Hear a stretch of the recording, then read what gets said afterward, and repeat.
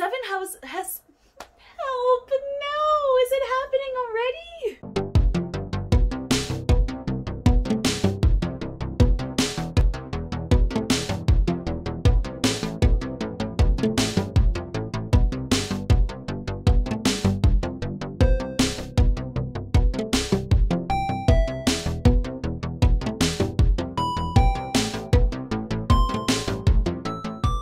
Hello there, my name is Mackenzie, welcome back to my channel, and thank you so much for being here. Today we are doing a tag. Let's try again. I don't know when the last time I've done a tag is. I feel like it's been a while, so let's just get going.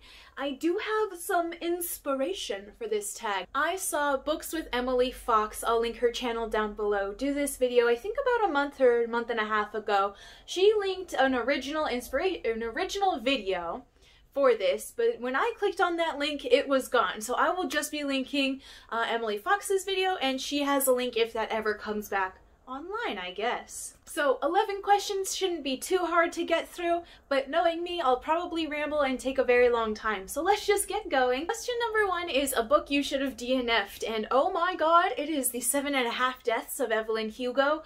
Evelyn Hardcastle. Help! No! Is it happening already? 7 Husbands of Evelyn Hugo and The 7.5 Deaths of Evelyn Hardcastle were books that I knew about during the same time period, and now I can't say them separately without thinking of the other one. So, the book I'm actually talking about is The 7.5 Deaths of Evelyn Hardcastle by Stuart Turton. This book sucked so much, I hated it. I waited the whole book for it to get better.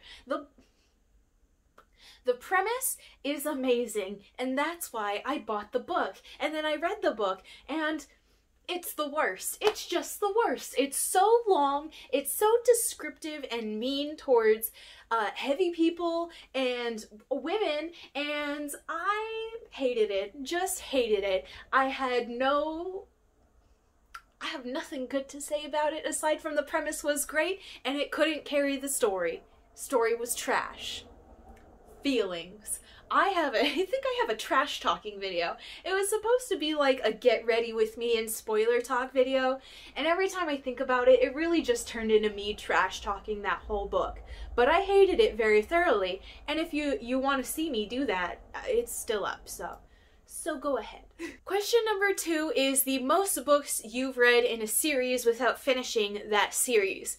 And it took me a little bit to think about this, but I figured it out, right? Because most of the time I'll read like 1 or 2 books in the series, and there's only like 4 books in the whole series, right?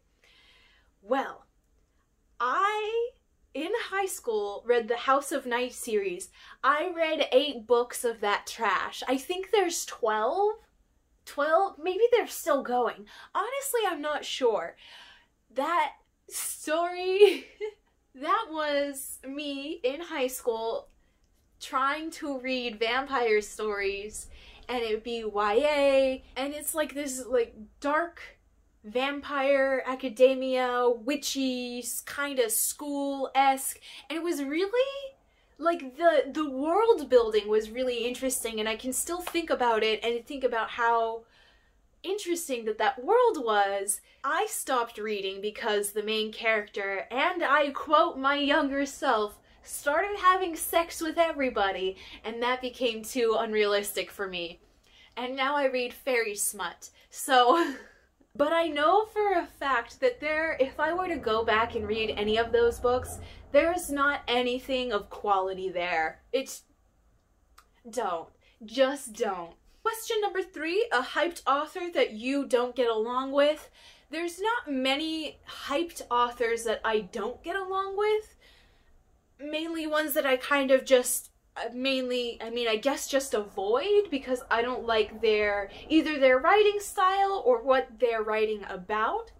One that I can say right now that I know I am not vehemently, but very much adamantly trying to avoid is Jay Kristoff. He does have a book coming out this year, which is a vampire book, which would be completely up my alley if I did not have issues with the way he writes 16-year-old girls.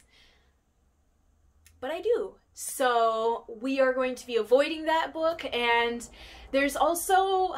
he's written a few series or co-written a few series that I see all over the place, and it's just one that is like everywhere right now that I just am always like, nope, we're just gonna push to the side, keep going, see if we can find something else. I know a lot of people don't have an issue with it. I do. I'm not saying that you should. I'm just saying I do. Question number 4 is a genre that you rarely read from, and I feel like to say that I don't read any of these is a lie, but they are not my first picks. Contemporary, romance, most of the time historical fiction unless they can trick me and put some fantasy in there. I also have a hard time reading nonfictions, because they're not as distracting, but they are something great to listen to while I have to do my human chores. So it's not like I don't not reach for nonfiction like I don't reach for contemporary. You know, I just have more of an opportunity to reach for nonfiction than contemporary. Or maybe I'm just setting up some boundaries in my head and we should break those down. Anyway, question number 5, the most elusive book edition that you can't get your hands on. The Starless Sea Waterstones edition, UK, by Erin Morgenstern. I think it's like $400 if you want to like buy it off of somebody. I think it was $400 originally, you guys. Question number 6, a book or author that keeps getting recommended to you that you know you're not gonna like. And this one is mainly, I chose it because of content.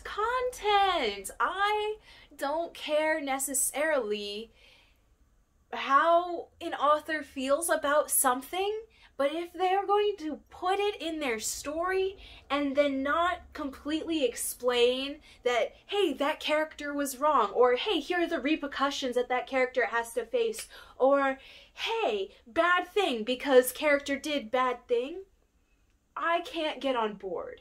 So this is not necessarily a slight against anything or even the trilogy itself. My answer is the Farseer trilogy by Robin Hobb.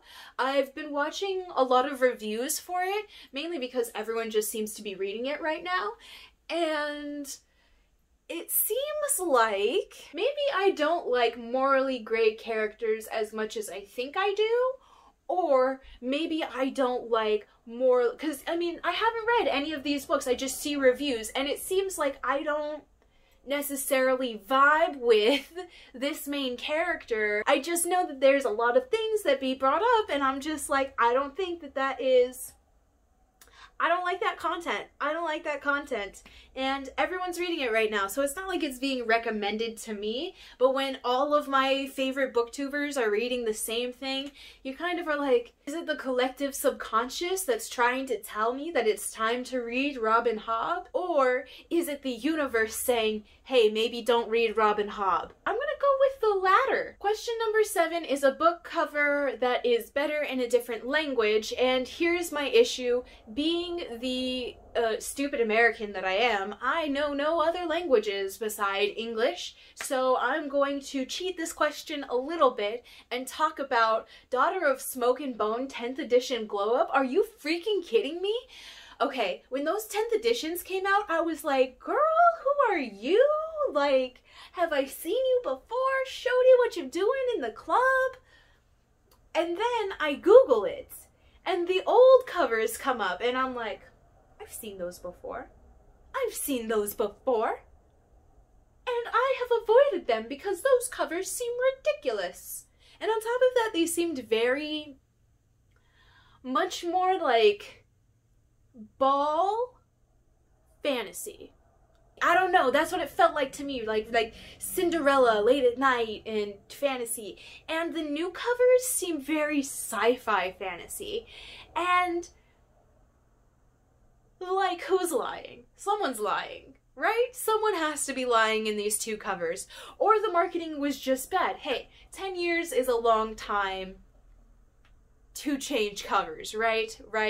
But that glow-up edition definitely makes me want to read it more than the original cover ever did. So we should be talking about that and how covers are a very, very important part of book selling and marketing. And when you don't do a good book cover, you have the possibility of your book flopping, and that is sad to me.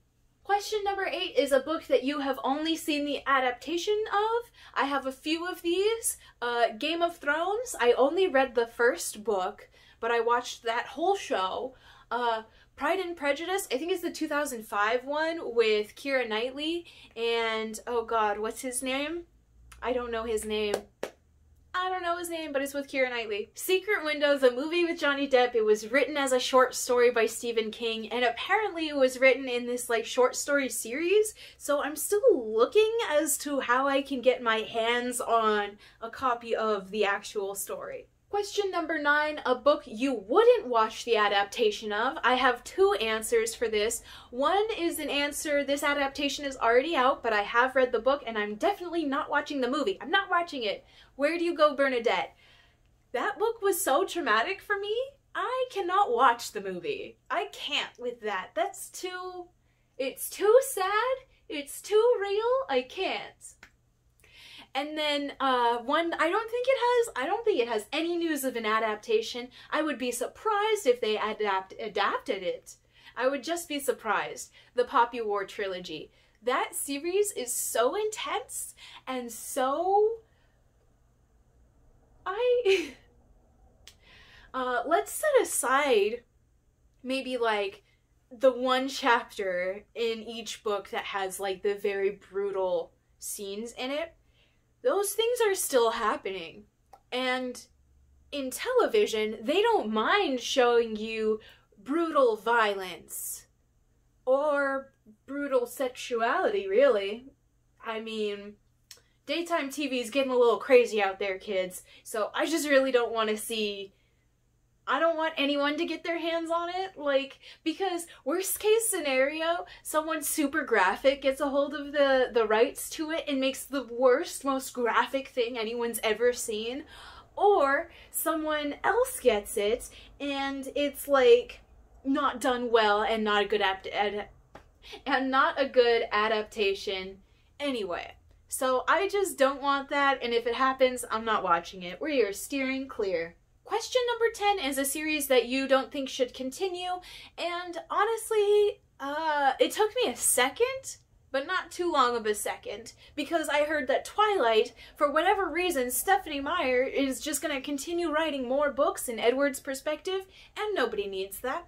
We were done with that, and someone ran out of money, and that's why this is happening, and I'm a little upset about it. I see you. And question number 11 is trope that you hate. I have a few inherent ones where it's like, you obviously hate women and you're writing them in a poor way, but we're going to step away from those ones because that's just prejudice that shouldn't be happening anyway. So real tropes that real tropes instead of you just being prejudiced and putting hate on page. Real tropes that I don't like are badly written love triangles. Those irritate me so much. And also where the main character dies at the end for no conceivable reason. Like, yes, you can have your main character die at the end. Make it for a good reason. Make it seem like their death is gonna mean something. Because too often, a main character will die at the end because this is a grimdark, and for what? I'm not going to get into it. We're just going to close our mouth. I don't like it. You can write a good love triangle, and you can write a good story where the main character dies at the end. I just hate when they're done wrong. When they're done badly, it ruins the whole story for me, an ick tastes in my mouth, and I don't want to want nothing to do with it anymore, basically. That is such a poor question to end this tag on. Are you kidding me? A trope that you hate? What are tropes that I love? Alright. It's not part of this tag, but that's how we're gonna end this, okay? Tropes that I love are like, God, there's only one bed trope. Oh my God! Enemies to lovers, the banter, mwah, so delicious.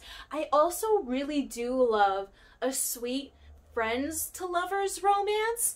I love, man, not necessarily do I love it, but I never hate a fantasy story where the main character is thrown into a new world, right? Like, I mean, for instance, we'll take ACOTAR, where Feyre lives in this world where she knows that the High Fae and the fairies exist. However, she doesn't know so much about them that it feels like we are learning about this world through the main character. I do love that because I feel like it gives so much opportunity for that main character to ask questions that the audience might have, and for every answer to be given in a good way that seems, it seems natural. Do you like this? How I'm trying to figure out some words that seems natural. Let's see, what else do I like? I love the trope of like the dark male character, or hey, give me a darkish female character and, you know, make them like the bad guy, and ooh, they're just morally gray, and, you know, they have like one person they love and they're like the light of their life and they're just so happy, like little cinnamon roll for them. I love those. I am simple bitch. I love the basics. I love the goods. Play the hits.